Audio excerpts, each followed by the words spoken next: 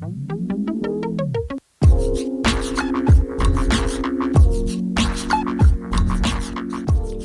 Guys, welcome to banking one on tips.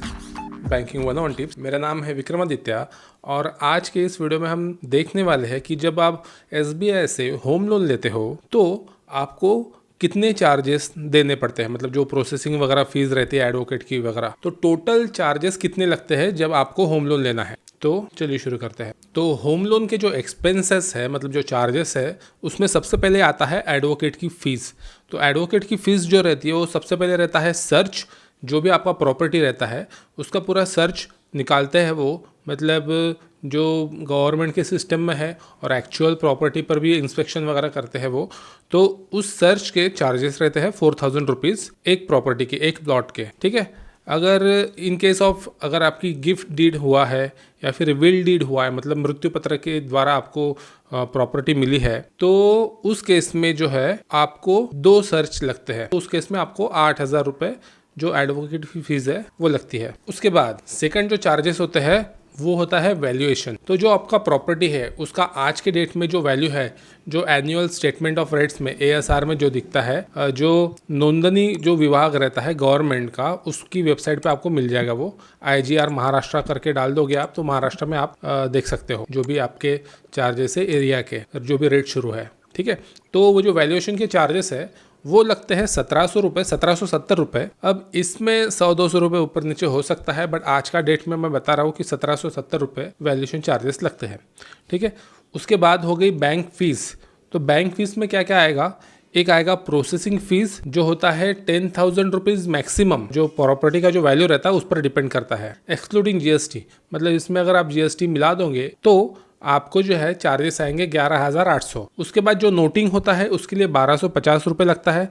Cerci जो होता है उसके लिए 118 रुपये लगता है। जो आपकी प्रॉपर्टी होती है उसका कंपलसरी इंश्योरेंस होता है, तो वो अगर आपने पहले से लेकर रखा है तो अलग से लेने की ज़रूरत नहीं, बट आप नया जब कर रहे हो होम लोन तो उस केस में आपको कंपलसरी लेना होता है, जो 110% रहता है प्रॉपर्टी वैल्यू का। उसके बाद लाइफ इंश्योरेंस जो होता है वो ऑप्शनल होता है। एसबीआई में अगर आप लेते हो तो ऋण रक्षा करके एक लाइफ इंश्योरेंस होता है जो आपके प्रॉपर्टी को कवर कर लेता है। मतलब इन केस आपका अगर डेथ हो जाता है तो जितना भी रिमेनिंग अमाउंट रहता है वो पूरी तरह से इस लाइफ इंश्योरेंस पॉलिसी में कवर्ड रहता है।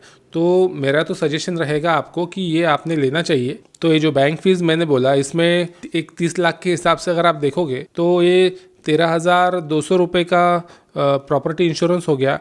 लाइफ इंश्योरेंस ऑप्शनल है इसीलिए उसको इसमें इंक्लूड नहीं कर रहा हूँ। 3 चीज़ें हो गई, एक एडवोकेट के चार्जेस, एक वैल्यूअर के चार्जेस, एक हो गई बैंक फीस। अब आ गया मॉर्गेज क्रिएशन, मतलब जो गवर्नमेंट को चार्जेस देने होते हैं, ये होते हैं लोन अमाउंट पे। 30 लाख के लिए आपको 15,000 रुपीज़ चार्जेस लगता है, ठीक है।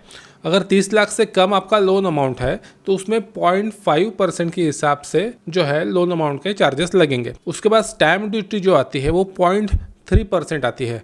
जैसे इस केस में अगर 30 लाख रुपए का आपका लोन अमाउंट है तो उसके लिए आपको जो है 9,000 रुपये उसके चार्जेस लगेंगे। मतलब रजिस्ट्रेशन चार्जेस लग गए 15,000 रुपये, स्टैम्प ड्यूटी आ गई आपकी 9,000 रुपये, इंटीमेशन चार्जेस लगते हैं 1,300 रुपये, एक बैंक एग्रीमेंट होता है वो होता है 2,500 रुपये का जब बायपार्टाइट रहता है एग्रीमेंट तब, और नोटरी करनी होती है 200 रुपये की, और चालान फीस होता है 500 रुपीज़। तो ऐसा टोटल 30 लाख के हिसाब से अगर कैलकुलेट कीजिए तो 30 लाख वैल्यू लोन अमाउंट के हिसाब से तो 28,500 रुपये उसके चार्जेस लगते हैं। मतलब ये मैंने आपको पूरा डिटेल में बता दिया कि आपको कैसे कैसे चार्जेस लगते हैं। तो इसका हम एक बार टोटल कर लेंगे तो 4,000 रुपये हो गए सर्च के लिए, 2,000 पकड़ लीजिए वैल्यूएशन के लिए।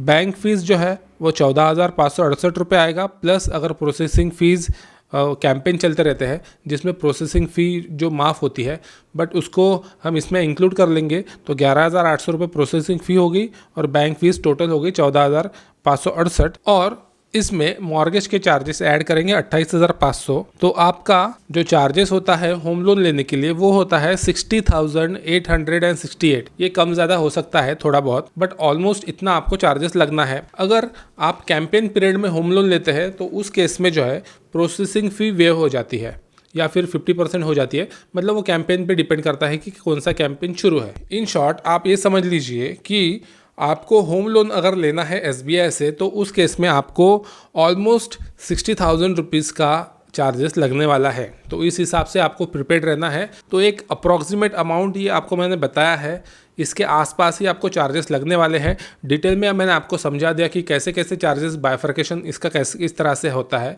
ठीक है। जनरली बैंक एम्प्लॉयज़ आपको इतना डिटेल में बताएंगे नहीं, क्योंकि फिर आप थोड़े हड़बड़ा जाओगे कि इतने सारे चार्जेस है, बट एक्चुअल में वो अलग अलग एंटिटी को जा रहे हैं, तो उस हिसाब से वो चार्जेस है। और हाँ, एक बात मैंने आपको बताना भूल गया, जब भी आपको होम लोन लेना है तो कुछ इस तरह का आपको होम लोन का फॉर्म मिलेगा। ये फॉर्म आपको भर के देना होता है, ठीक है। वैसे आप नहीं भी भरोगे, अगर अपने डॉक्यूमेंट प्रोवाइड कर दोगे तो बैंक एम्प्लॉयज़ जो है वो खुद ये फॉर्म भर लेंगे, आपको सिग्नेचर करके देना पड़ेगा। और साथ में इसके जो डॉक्यूमेंट देने होते हैं उसकी चेक लिस्ट भी इसके साथ ही लगी रहती है। तो ये है चेक लिस्ट। तो अगर ये आपको दिखाई दे रही है तो ठीक, अगर आपको ये नहीं दिखाई दे रहा है तो आप मुझे व्हाट्सएप भी कर सकते हैं, मैं चेक लिस्ट का आपको एक फ़ोटो भेज दूंगा। तो फिर ठीक है, आई होप कि ये वीडियो आपको समझ में आया होगा। अगर आपको वीडियो पसंद आया है तो इसे लाइक कर दीजिए और अपने दोस्तों के साथ भी शेयर कीजिए जिसे भी होम लोन लेना है। तो फिर इस वीडियो को हम यहीं पे ख़त्म करते हैं, मिलेंगे अब नेक्स्ट वीडियो में, तब तक के लिए